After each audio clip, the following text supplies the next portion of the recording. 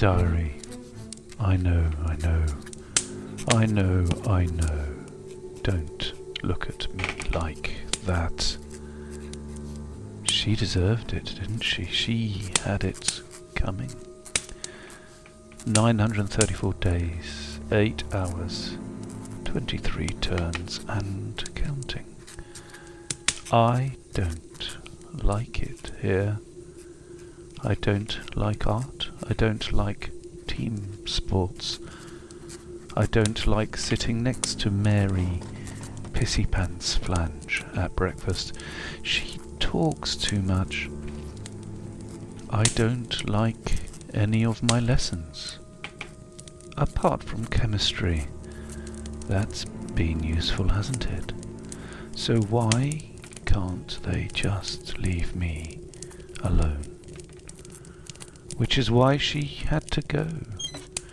Little Miss Stinky Arborwell, and her pathetic pots of paint, and her cold, damp, gritty lumps of clay, and her endless droning on about perspective, and the quality of light.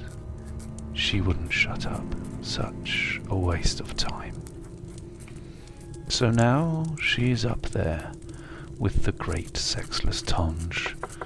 Most appropriate, I'd say, given that she was so unattractive, and kept bleating on about the light. The other girls are so upset, it confuses me. They didn't much like her either, so why are they sad and scared, and crying? Granny will probably have to write another letter, and send more money. Tomorrow I start to learn archery. No one will come near me when I have a bow in my hands. They are not coming near me much anymore anyway, and no one wants to drink the tea I make them, even when I say, "It's just tea," in my best happy voice. Good night, diary. Good night. And without further ado, welcome to episode 67, Down in the Coenoby at Midnight. Result, 41 and a half years of experience, but it's a beautiful waste. It's fun and charming. I'd like to join in. That review is entitled Needs More Badgers. How is everybody? Paul is the person we need to talk to. Paul, how are you? Since we last played, you have undergone a deeply embarrassing and intimate medical procedure. Our readers who are familiar with this funny little show may have noticed that Paul's been a bit odd in recent episodes. Odder in recent episodes. Odder. This is because he has been off his tits on prescription medication. But now somebody has removed something from the middle of his body, and he's. Are you better? I'm recovering from an operation. But I'm not better. Okay. Not as I was. Can you feel? But you're better. How much than of you were? How much of your body can you feel? Most of it. I can't keep it clean. I can't feel my foot. I can't feel my foot up the side of my leg, and I can't wiggle my toe. And what's the prognosis? That's a little thing that sticks in underneath the bottom of the colon. Nobody's saying anything at the moment. Nerve damage is nerve damage. They had to take that out, Bonds. To remove it in a prognectomy. I am annoyed because I lost 3/4 of a centimetre of height. Oh, again. I'd like to point out that last variable is height. Yeah. As opposed to girth. As opposed to anything else you could remember. Well, I mean, Paul's girth is legendary. Yes, Paul has got a legendary girth. Yes, and however, in more ways than one. Talking of which, Thames Water. Yeah. Well, they wrote me a little letter. Actually. They wrote you a letter. They wrote me a letter. Paul, I suspect the fact that you've been on super strength opiates has something to do with the fact that you believe there really are real letters between you and Thames Water. And do you know what? The last 6 weeks, I'm not quite sure what is being real. No. We've noticed, and we have the recorded evidence. Alessandra's behaviour, I think, most charitable way to describe it has been Well, I've been asleep erratic. for most of the sessions. Yes. I've kind of been. We also have recorded evidence of that as well, Paul. Right, where were we? Who wants to do a recap of what happened last week? We killed a green thing. No, we killed a blue thing, and a green thing surrendered. Yes.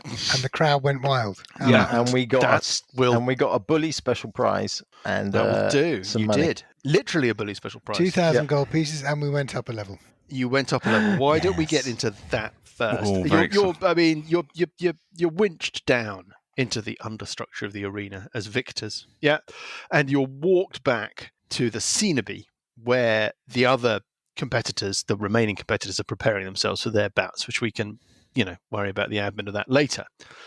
You have gone up a level. Who has done what? Should we go around the table? Shall I start with who wants to start? Who knows what they've done with their new level of power Parker's and experience? Very boring, no choices. He just basically got evasion, If it is a real Parker, which is basically means that when you are Evasion's not boring. subjected to an effect that allows you to make a dex saving throw to take only half damage, you instead take no damage if you succeed on the saving throw and only half damage if you fail, which is pretty awesome. Which is awesome. And stillness of mind, which means you can stop yourself being charmed or frightened. Other than that, more hit points and key points, and we're done. What about Sessions EPA? Yeah, it's a really tricky decision on this one. Me too.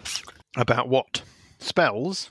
No, spells are fine. I get an extra 4th level spell, and I get some strange ability called Divine Strike, which rather weirdly seems to give me poison on attacks. I don't see quite how that fits in, but anyhow, that's the gift from my deity.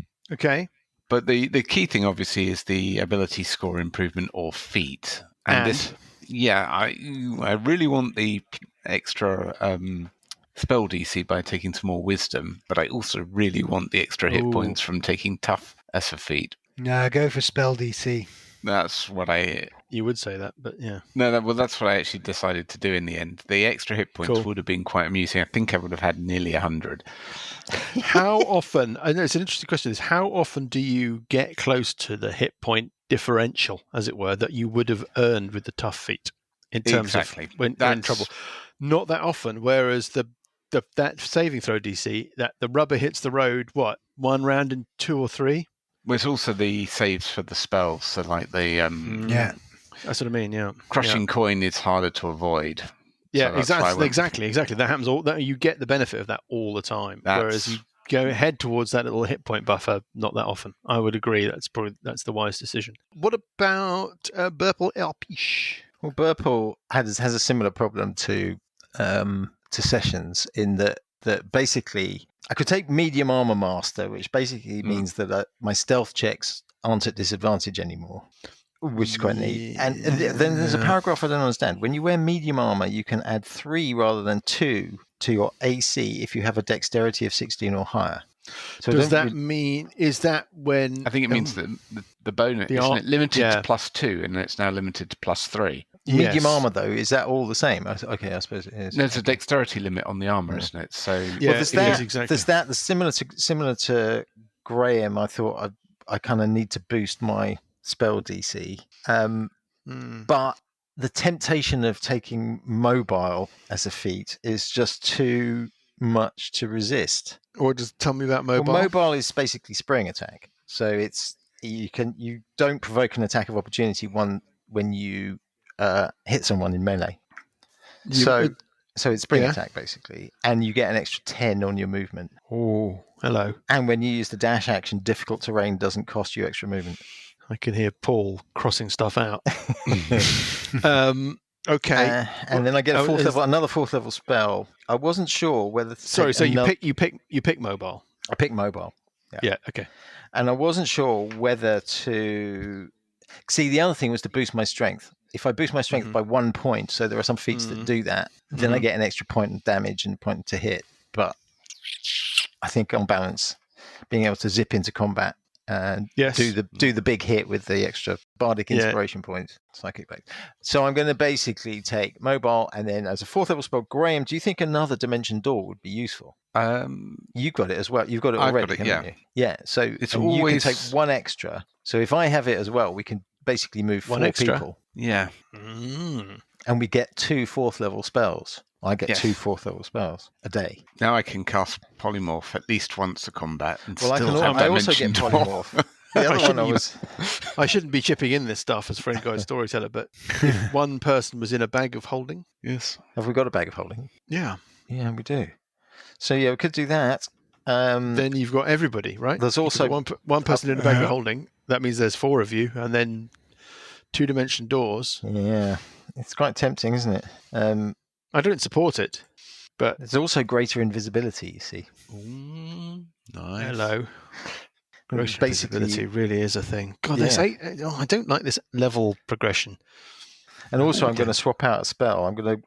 I never use Bestow Curse. I'm going to get rid of that, and I'm going to swap in Clairvoyance. Yeah, and I can actually, I've just realised, prepare some more spells. That means what you've got a better menu to pick from. A bigger menu to pick from. 8th Yeah, level yeah, yeah. 8th level is quite a good one. Like one of those great big like laminated menus you get at like Pizza Express, that kind of menu, rather than like a shit menu that you get. So greater Okay. invisibility lasts. It's concentration, and it lasts for a minute. I'm thinking the Dimension Door is just too good. Well, okay, why don't you think about Dimension that? And Door. let's Dimension Door. Decided. Paul? I've been through a number of them. I looked at being Poisoner because I was interested in kind of going down that way, but it's messy, and I just don't think it really does that much. Ultimately, it'd be lovely if it did more, but it doesn't. Right. I've considered Sentinel. I've considered Elven Accuracy. What does Sentinel do? Sentinel, you have mastered techniques to take advantage of every drop in any enemy's guard, gaining the following benefits. When you hit a creature with an opportunity attack, the creature's speed becomes 0 for the rest of the turn. Creatures provoke opportunity attacks from you, even if they take the disengage action. And when a creature within 5 foot of you makes an attack against a target other than you, you can use your reaction to make a weapon attack against the attacking creature. But I don't like the sound of that at all. Yeah, and keep going. then there's Elven Accuracy, which basically you get a stat bump of 1, and then when you have an attack roll, advantage on an attack roll, you can re-roll on the dice once. So, you could effectively roll 3 times. Yeah. On an attack roll using a dexterity roll, which I have for the finesse weapon. But actually, when it comes down to it, Yes, understood. mobile. It's the obvious one. It's because of the opportunity attack, not provoking opportunity attacks. That's But it. okay, so that means you wouldn't have to burn the disengage action, right? Yeah, it frees you up to do stuff, Okay. and your speed increases so by far- 10 foot. Okay, talking of somebody whose speed is increased by 10 foot. Uncle Buggy, what'd you pick? Sorry, can I just check something, Paul? Does it really help? Because isn't your cunning action Doing that anyway, isn't it? doing that, and you can only use the cunning action on certain actions?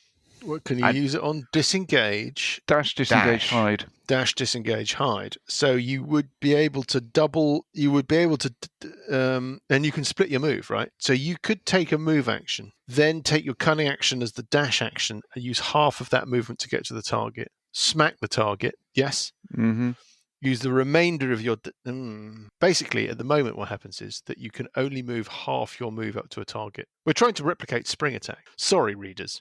We're having a bit of a little tactical discussion. We're used to playing Pathfinder or 3rd edition. In that, you have something called Spring Attack, which is effectively a feat which allows you to run up to a target, smack it on the head, run away again, no attack of opportunity. 5th edition, if you're a rogue, you can use your cunning action. You can burn it on a disengage, which means you can use half your movement to run up to a target. Have I got this right so far? Yeah. Then you smack it on the head. Then you burn your cunning action as a disengage to avoid the attack of opportunity, and then you use the other half of your movement to run away. Yeah. If you had mobile, you wouldn't need. You could burn your cunning action on dash. Yes, so you could move further up and attack, and then move away further. And it's not. That's basically what it gets you. Yeah, but it's not. It's not just that. It's when you attack something.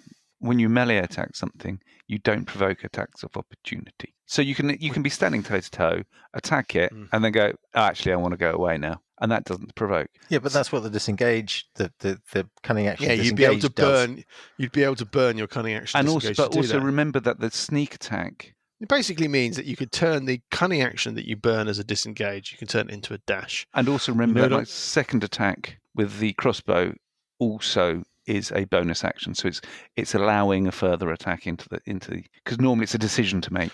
Oh, I see. You've got to decide. Well, there was one I saw, Paul. I was going to say we're not going to second guess your choices, but we just spent the last 5 minutes doing that. What was it? There's I think it's crossbow expert. Oh, he's already got that. I've already got that. That's no, there's one with a there's one I saw that means when you're using a hand crossbow, you can attack with that at the same time. Have you got that one as well? Yes, that's what he's got. That's the one he's got. That's why I don't have to load. Don't worry about the loading property. I can be within 5 foot. And you can treat, blah blah blah blah. That's already done. You don't attack at disadvantage when you're base to base. Yeah. That's the one. Okay. That's the build. Paul's build is you may recognise Alessandra from another build. Yeah, the bun. The other one I was looking at was Lucky.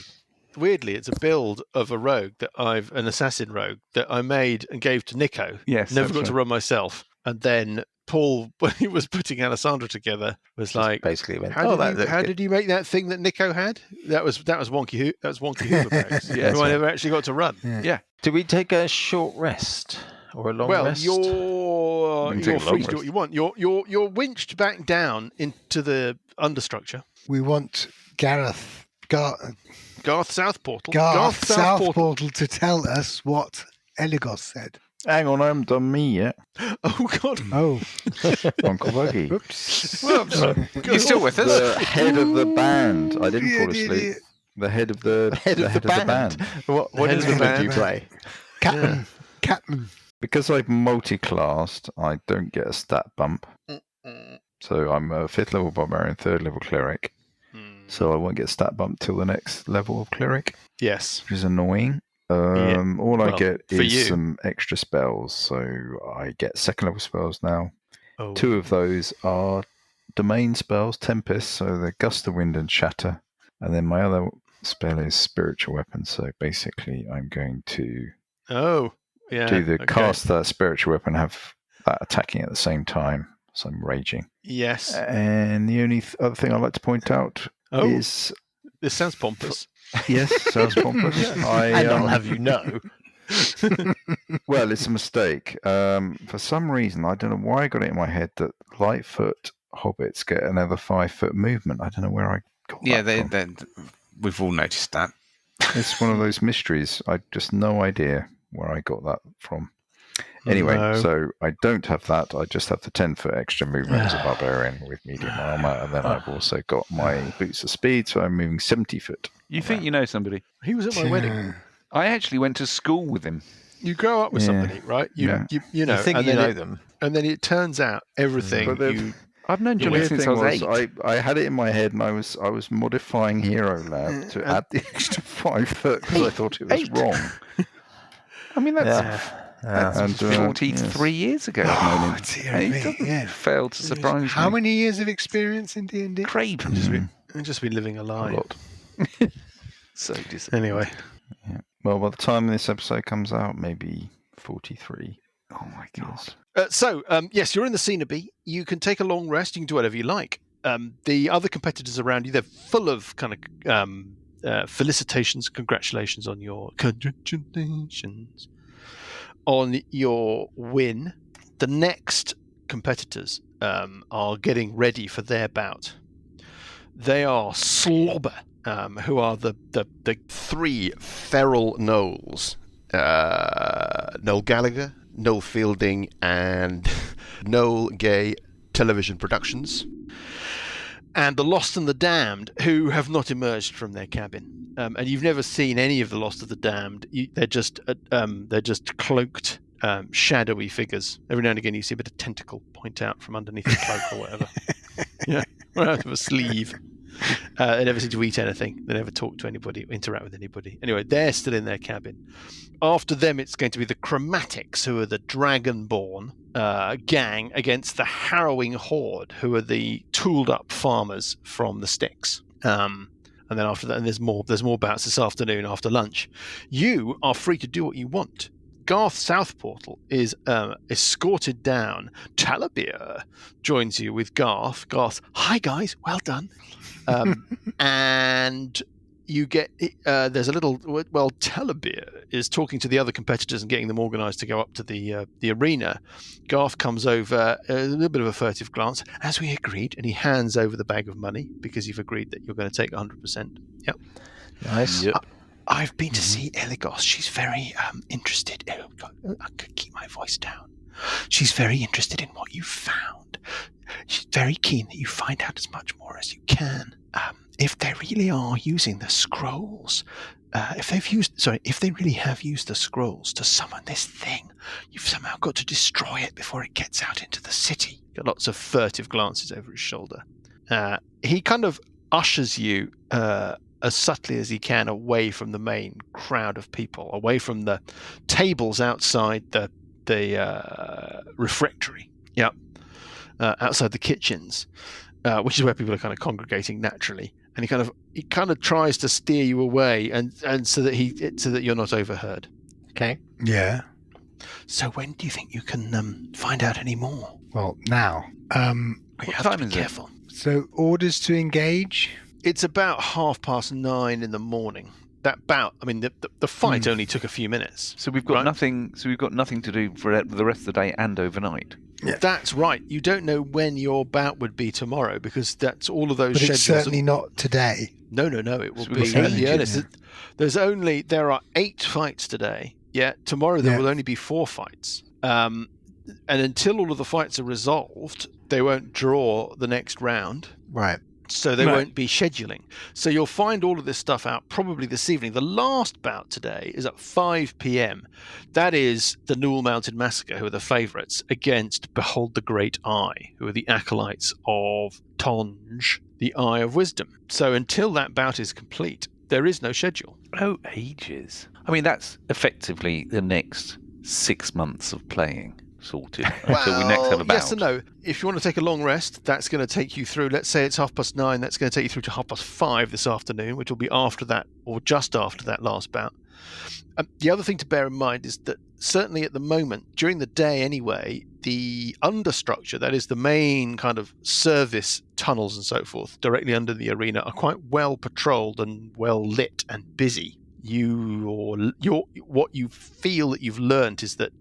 you've learned is that it's after about 10 p.m. that things quieten down up there. That's where your door to the wine cellar is. Yeah. Yeah. On the other hand, although this Coenoby area itself is pretty busy because all the teams are marshalling themselves and getting themselves prepped for their bouts today, it's getting increasingly less busy because, of course, every time 2 teams go up to the arena floor, only 1 team comes back. The rest of this level is pretty quiet. I mean, you haven't been looking. It's not patrolled. Yeah. There's not much activity or traffic. So I don't know. Leave that hanging there, really. Well, I could certainly do with a short rest to get my key points back. But other than that, I didn't use any spells or... I could do with a short rest. I took a little bit of damage, and I have to get my bardic inspiration back. But I mean, even if we were to take a long rest... You can only take one long rest a day, though, can't you? Yeah. Yeah, in a 24-hour period. Yes, well, that's the thing, actually. So you took a long rest between midnight or just after midnight and just after 8 a.m. this morning. So we're done for long rests until midnight. Yeah. But we could take a short rest. Yeah, we can take. I want to take a short rest. But what do we? What's the plan here? Because I'm not clear where it's got a sort of force field around this thing. Yes, that's a very good question. Where are we? I really hesitate to enter into these kind of areas, but where are we with what you think you're doing, what your options are, right? So that's why I was asking. So Garth South Portal's message from Eligos is essentially the how should we put it? The instruction. I don't think you can put it much better than that. The instruction to A, find out more information, but B, engage this creature. Yes, I mean that's what I'm interpreting. I mean, yeah, is she going to send us any kind of? That's fair enough. Backup? Well, I mean, if he's with you, I mean, I don't know how we kind of abstract this. You can have these little conversations about your overall. Well, that's why I'm having strategy. with Jim. Yeah, so Eligos can't send any direct help. She's just Why not? implored. Well, Eligos is just a sage. Yeah. She's but not. She knows people. I mean, yeah, but she's got to be. It's well, okay. He she's doesn't. got any interesting magic she can loan us? Or, he doesn't. He doesn't know that. He doesn't know about that. He just says that he told her that you'd found evidence. You'd found this thing growing under the arena. Yes, and evidence that your assumption was that the scrolls had been used to summon this thing. Yeah. And the message back is, this is very concerning. You must do what you can to destroy it before it is free in the city. Nothing about, and I'm going to send you a load of special secret magic items for you to use, and I've got contacts in the highest places and the army are on their way. Nothing like that. If that's what you were hoping for, it sounds like she thinks you're the people to deal with it, which is why she's put you there. But my question is, but what I suspect is that they've used the scrolls to summon this thing. Mm-hmm. Where are the scrolls? Where are they that we haven't found? So it's going to be what's his face's quarters. Where does he have quarters here, or does he go home? Rachnian. Rachnian lives not far from here, but he lives in a house. He's got a rather well-appointed mansion in the Street of Savants, which is in Nine Deeps, not far from here, just to the west of the arena. Right. That's a possibility. Again, obviously, you've then got. Well, I don't know what I want to intervene with your reasoning, but I mean, the other places there are other places that you haven't looked. I don't mean places that you haven't searched. We haven't looked here, have we? The Coenoby. To the east. That's the kitchens. That's the kitchens. Isn't there some kind of temple here or something? There is an area to your west, an area called the Titan's House, which is with the ruins and the pool that is plugged because of the problem with ghouls. That Uncle Buggy discovered was a way back to the rooms that you were exploring with the worm creatures and the Ulgastasta itself. As for the rest of the understructure, you've not extensively or exhaustively searched all of these areas. And then, yes, you've got Rachnian lives off-site somewhere. Okay, so our choices are go to his house to see if we can find the scrolls, go back to the bug with the magic field and try and kill it and figure a way of doing that, or there's the room with what we think is the screaming banshee in it. Yeah. Those are three options. That about sums it up. I'm screaming something I'd anyhow. Like the banshee actually, because I think the witchy grub is probably the last thing we want to do. I think the just my gut tells me that. I use that as a shorthand, I suppose. Yeah. My vote is we go out and check out what's his face's house. He'll be at the arena all day. I don't mind doing that as well. That is the softest of all options. Is it? Yeah, I think that sounds. I think that sounds like it's overly complicated for this kind of adventure. I don't know. I think there's a couple of guards. There's a couple of guards. There's a glyph. There's breaking into somebody's house. I mean, it's a nice idea, but I think I just can't imagine someone writing that into an adventure expecting people to think that's the way to do it. Just can't see it. There's a way out. Specifically, there is a way out. You go and talk to Eligos. Did you actually ever find the end of that passage? No, because there's a glyph in the ceiling. Okay, but you'd been going for about a while, hadn't you? Yeah, I think so. The passage on the way out of the area, the Burple, about 200 feet he'd been, 200-300 feet. I thought it'd been for about 10 minutes. No.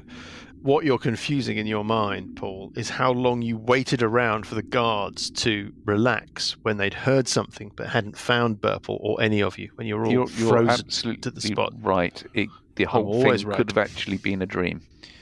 You were off your tits on amitriptyline at the time. Completely. So there we go. As was I, as was Johnny. So, as is Johnny. As is Johnny. Yeah. So So it's long passage, grub, banshee. Dan wants to do long passage. We did establish that the plug definitely turns up in the same place. Yeah. Yes, we did. And the other waterways, we haven't tried following any of those. Well, no. I mean, there is a stream that runs through the Coenoby itself. Have we searched that? It runs in from the. Let me get this right. It runs in from the east and runs out to the west. There is a stream that runs across the passage that runs between the Coenoby and the Titan's house. And Buggy saw other streams and sort of connections. Is this anywhere near the waterfall? Journey. The big waterfall? Do we think it exists? Well, that's an interesting question. I think we've got to flush the bug down the waterfall. The waterfall is the Emma water. There's a river, the Emma water, that you travelled here using. Yep. It sort of heads generally east-west, then it skirts the city in a little kink, and then crashes over the Great Barrier Cliffs in a huge waterfall called the Falls of Farewell. If you had an underground watercourse that was running where you are, if it's heading west, it's heading towards the cliff face. Yeah, we've got to flug the maggot down it. These watercourses that you found, though, are no more than 5-6 feet wide at their most. At the most. So, I mean, just to... Yeah, sorry. I think it's more likely, if you're not careful, you get flushed over the cliffs. Yeah. Or, it's possible, if you wanted to find a way into the water system, yes, under the arena, you maybe could access it by rappelling down the cliffs. Yes. And trying to get up the watercourse, yes. Yes, or it would be a potential peril. You're right, Dan. If you were in the water system underneath here, if everything flows to the west, everything flows towards the cliffs. The ultimate destination of everything is going to be heading off into the great beyond. Let's try the Banshee thing. Okay. What could possibly go wrong? You just need to tell me how you want to make your journey, bearing in mind that the wine cellar is in the understructure, which is at the moment well lit, patrolled, and occupied. We could do a short rest. And then we could go back through the watercourses rather than through the wine cellar. Yeah. We'd have to fight the ghouls, possibly. Yeah, but there's also jellies, isn't there? And then there's the jellies, but they don't move that quickly. Just have to get past the jellies. They won't move fast. So, yeah. Yeah, you kind of got those two options. Yeah. Should we do that? Should we go through the watercourse? So first thing is, let's take a short rest. Let's take a short rest. Okay. Have we done a long rest at all? Yeah, we're out of long rests. Yeah. Until 12 o'clock. Yeah. You've already taken a long rest in this 24-hour period. You took one just after midnight. Now, somebody gave some max hit points last session. That was me, the aid spell, I would think, and it lasts for 8 hours. I suppose the other consideration we've got to think about is that you can't take another long rest until midnight, and that's going to be pre-round 2. Yeah. So what we have now are the resources to work that we have to work with throughout the day. But we can take a short rest. Yeah, let's do a short rest. That's fascinating bit of resource management, which is also. Yeah. Do you concentrate? I mean, not that it's material at the moment because of the limit within 24 hours, but do you concentrate your long rest resources on making sure that you buy yourself extra days under the arena by progressing through the competition? Or... Well, actually, in that last fight, it occurred to me about halfway through that I should be preserving my when the blue one went down, that I should preserve my resources. Yeah. It's going to be interesting to see who you draw next round, who gets through. So have I got this right? You're heading back. You're taking a short rest for an hour, and then you're going to retrace Buggy's steps. So back from the Coenoby into the Titan's house, the old sort of ruined area. There are some people around there. There's the occasional member of the other teams sparring and jousting in that area. And maybe getting a bit of kind of quiet time as they're prepping themselves mentally for their bouts, but they're not interested in you particularly. You can evade their scrutiny, their attention, as you splosh into the pool.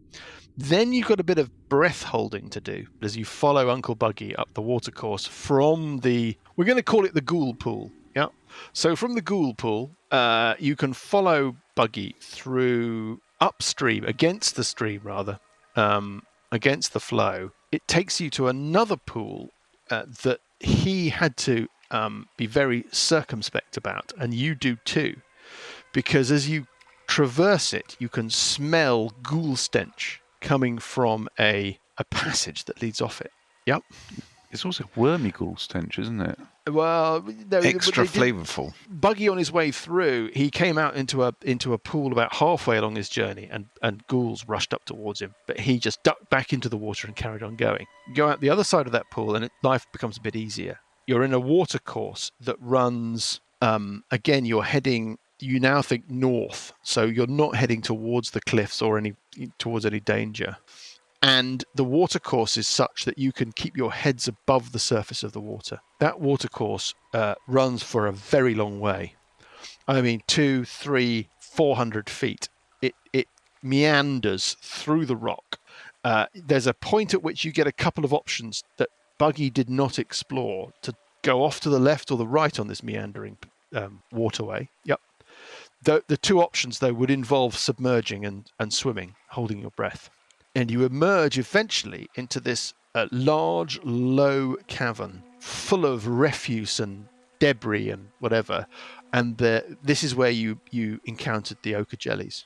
I think that we've established that as long as you move quickly enough and that you act circumspectly, that you can skirt those ochre jellies and exit this cavern and head up the water slide theme park thing that climbs in a series of steps back up to the base of the pit, the refuse pit that leads down from the level with the scary banshee door and the giant bug. Yep. Mm-hmm. You didn't leave your rope there.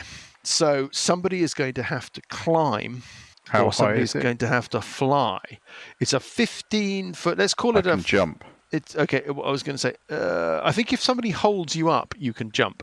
It's 15 feet down the pit, and then you've got a gap, and then the water.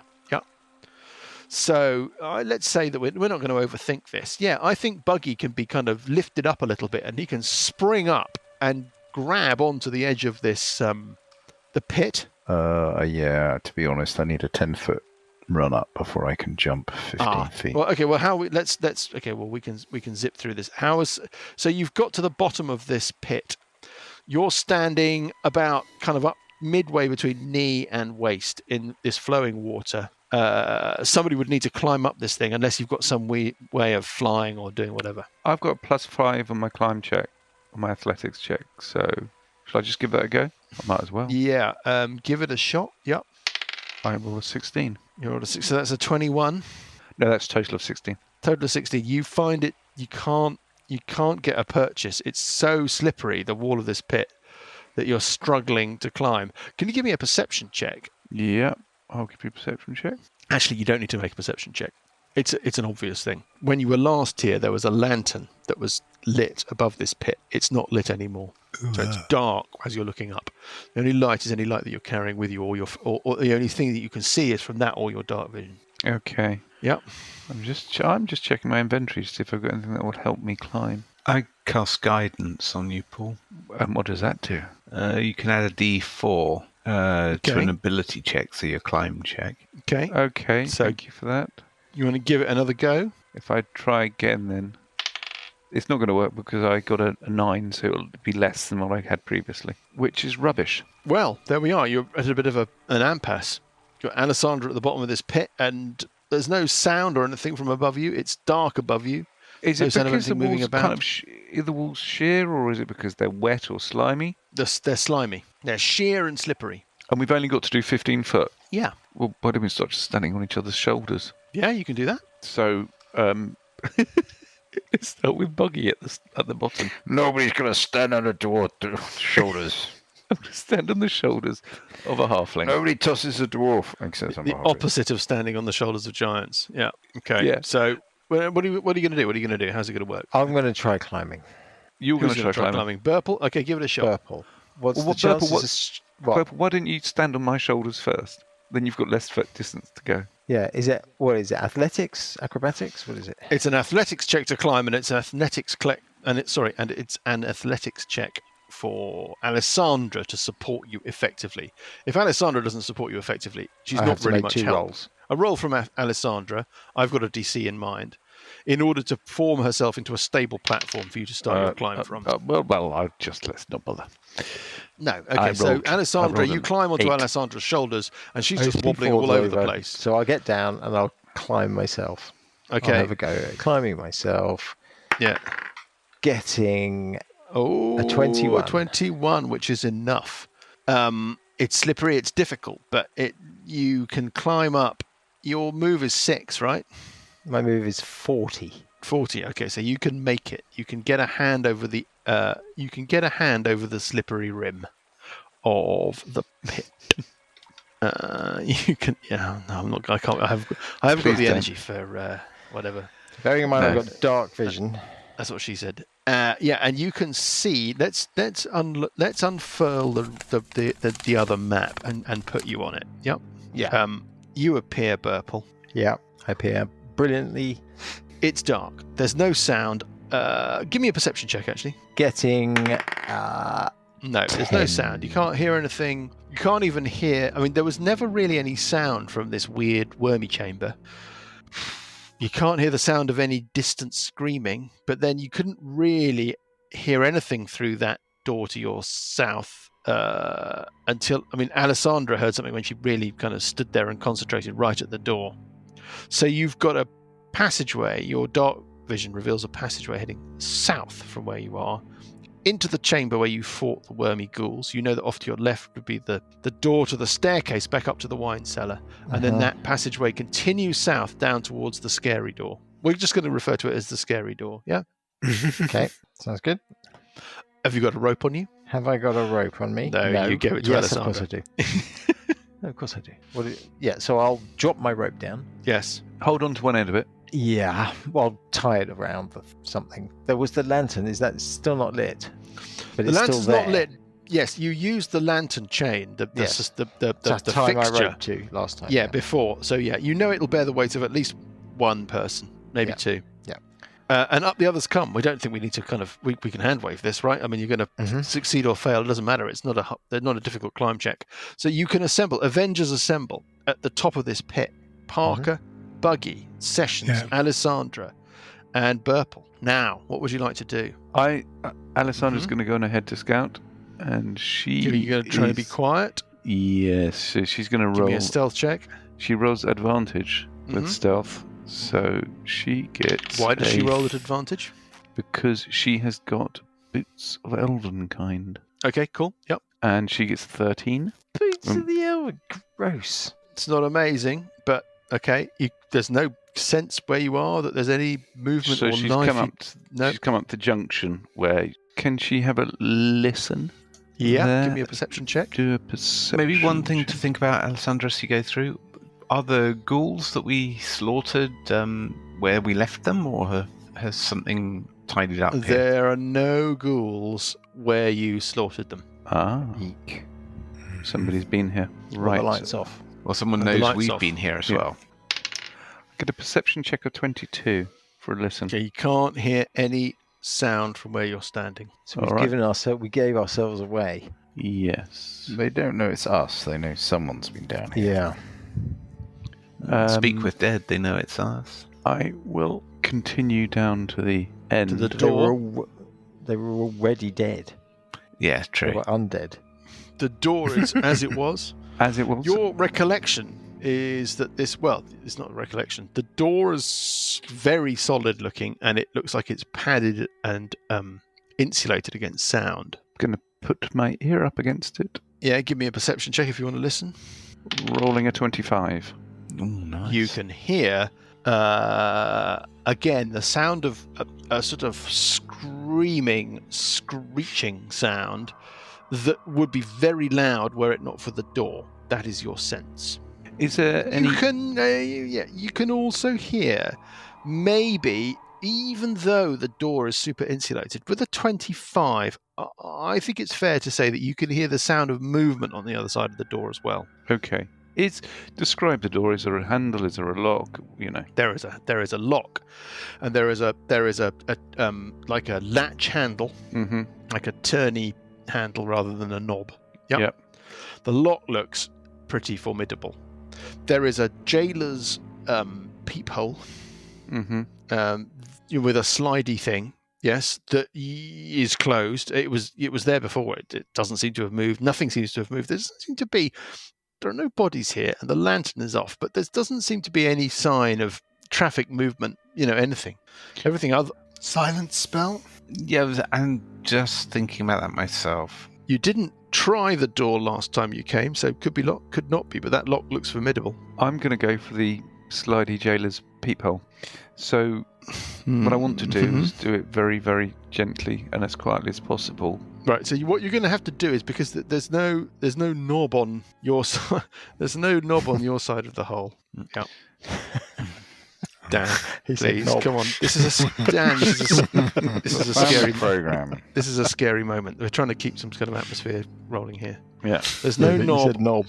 Yeah. There's no knob for you to slide into the side of the hole. Yes.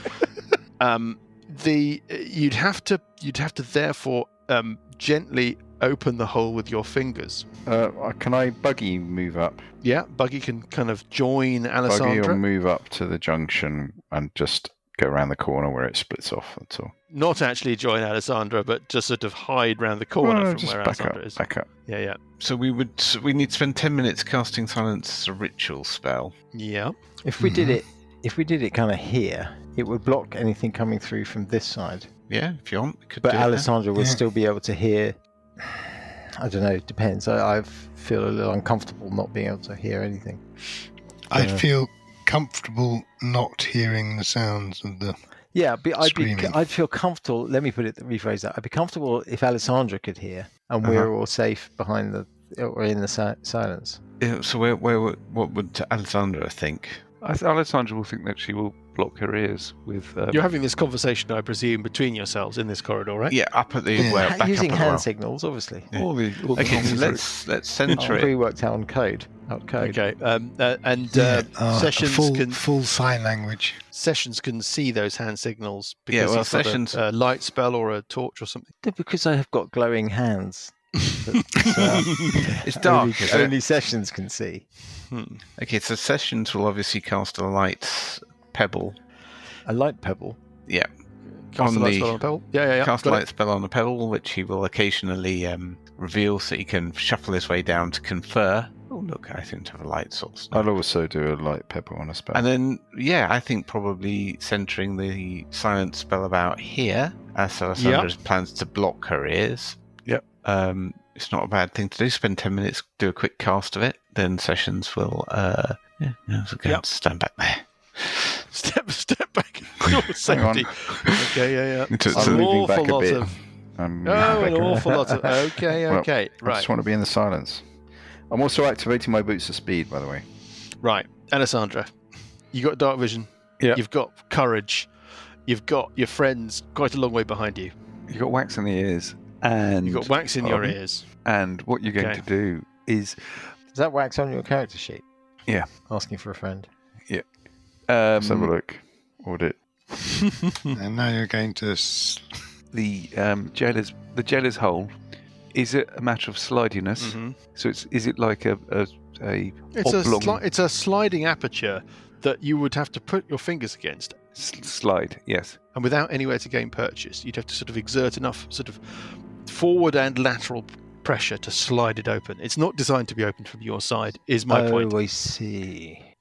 There must be a handle or something on the other side Okay. to make it very easy to open. You can open it, but you don't think it's going to be a straightforward process. You're probably going to have to make some kind of check. You're certainly going to have to make a stealth check to do it quietly. Okay. And you're going to have to make some kind of check. I would say... Can he use his surely thieves' tools would have some kind of instrument? It's a dexterity check, yes. And you can add your proficiency bonus and your thieves' tools bonus, which I think doubles your proficiency. Yep. Yeah. So you're adding double your proficiency and your dex to a d20 roll, and you're going to try and slide this thing open from the wrong side. I'm going to give you a stealth check, and For I'm the idea for the slidey, and the idea being is that I want to do this as quietly as possible, and I really want to do only this as smallest possible amount in order to see in. And the moment it starts making any noise at all, I'll probably stop. So there we go. Roll sufficiently badly with your stealth check. Okay, we'll try and balance this against... You've also got to make a roll to actually physically open it, which is going to be a dexterity check, adding twice your proficiency bonus because of the tools, the thieves' tools, and your dexterity modifier. That's to open it at all. You're also making a roll to open it quietly. Bear in mind that there is a light spell behind you. Whose light spell? It's covered. I thought you had a pebble with a... I'm putting it in my pocket. Right, so everybody's covering all their... Everybody's dousing all their lights behind him? Well, yes, okay. 18 on the stealth check. 18. Hold up. Don't move. Caller. Okay. Yeah. I mean, 18's not a bad number. You don't hear a kind of sudden squeak or grind of metal. okay. And then give me a roll for the actual openage. The actual thing, so this is twice proficiency plus dex, which is a total of plus 9 to this roll here. Yep. Oh, bollocks. 12. 12 is not enough to make it move. Can I give it another go? You can certainly give it another go, but as is my convention now, because we don't have a particular rule about retrying. After this, you're going to start to be diminished in effectiveness, as in this is trying something a different way, and then after that, not so sure. Off you go, and you're going to need to make another stealth check. Obviously, do you want to make the stealth check first, or the? Yeah, I'll do the stealth check first. Okay, here we go. This is where the big number comes. Getting a 23 on the stealth. Yeah, okay, so this is quieter than the first time. Yep, and now you can make the roll to actually open the thing. And plus... that's better. Oh no, that's you. That's mine. That's me, yeah. And adding 9 to this. Oh, dear. Useless bloody Call yourself a hopeless. God, it's not moving. I think the best way to describe this is that your stealth checks almost are a hindrance, right? Yeah. You're trying not to make any noise as you open this thing. You're succeeding in not making any noise, but really, that's just hamstringing you in terms of being able to really get one of your prongs into the jailer's hole and slide it open. All right, in which case, I'll not do a stealth check. Yeah. And you could try a different approach where you just, Yeah, and I'm just going to roll the dice. Yeah, applying more welly. If you're prepared to do it and not worry about making a noise, you can make this roll at advantage. Oh, okay. Thank you very much. Well, let's give this one a go then. It's fine. It was completely free to, I've got... So that's 7 plus 9 is 16. 16 is enough. 16 is enough. It's enough. The grating screeches open. The howl. You've got dark vision. You can see a chamber. Let me describe the chamber to you first. As is the convention, I describe the entire room. Yes. And then at the end, tell you what's in it. It's a hall rather than a room. Let me just do some revealment for you, because it would only be fair to do so. And I think you describe it as a hall. It looks like it's actually a training hall for soldiers. Yeah. Uh-huh. It's immediately as the jailer's hole slips open before you, you're assaulted by a horrible, noisome stench of ghoul and decay and dampness and mustiness and nastiness. You're looking at a room that stretches away to your south, and in it there are pieces of what look like training machinery for training soldiers. Dummies on swing arms. Yeah. Straw men that you can... Yeah? All of that. There are a set of columns, 2 rows of 3 columns each, evenly spaced down the room, heading towards the south, and then more columns supporting the end of the room, which is semicircular. But that's not what's interesting about this room. No.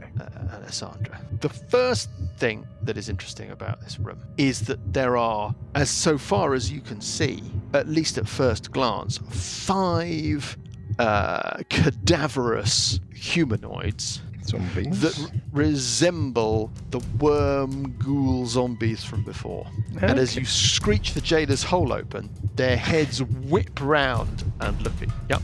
Well, I'm quite relieved. That was the 5 that you could see when you slid the hole open.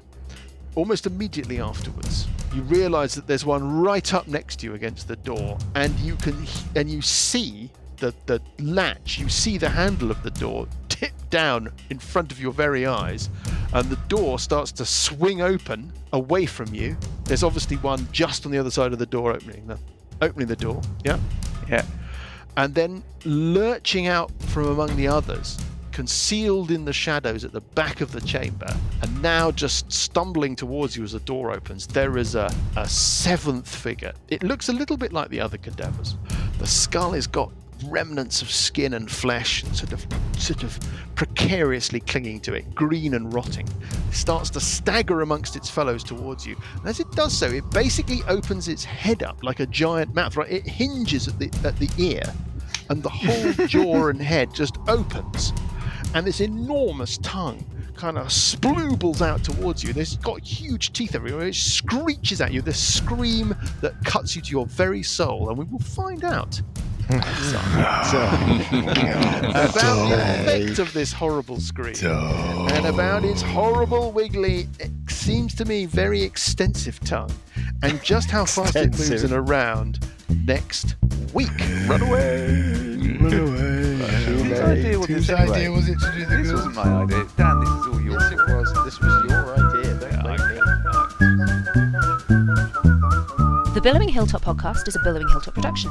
Dungeons & Dragons is a trademark of Wizards of the Coast. The Champion's Belt and Age of Worms are copyright Paizo. The Champion's Belt was written by Tito Lietti. Music is from Kevin MacLeod and Incompetech.com and is used with thanks under the Creative Commons license. Additional music and sound effects come from the wonderful Sirenscape. All other original material is copyright Billowing Hilltop.